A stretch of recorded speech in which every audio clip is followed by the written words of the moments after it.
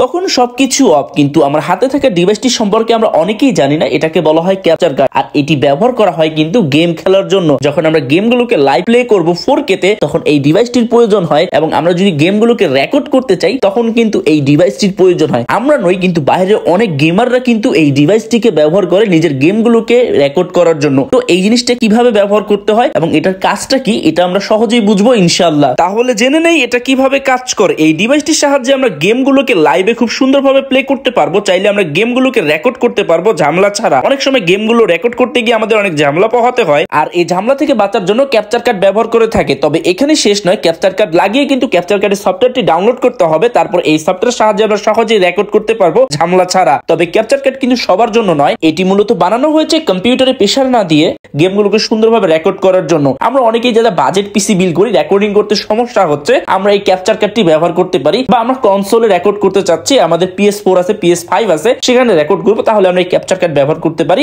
তবে এখানে শেষ নয়, আরো অনেক ক্যাপচার কার্ড রয়েছে। এটি হচ্ছে ইভারমিডিয়া GC311 মডেল একটা মিনি ক্যাপচার কার্ড, যা ব্যবহার করা খুবই সহজ। আর এরকমই ইভারমিডিয়ার প্রোডাক্টগুলো আমরা পেয়ে যাবো কম্পিউটার সিটি টেকনোলজিস থেকে।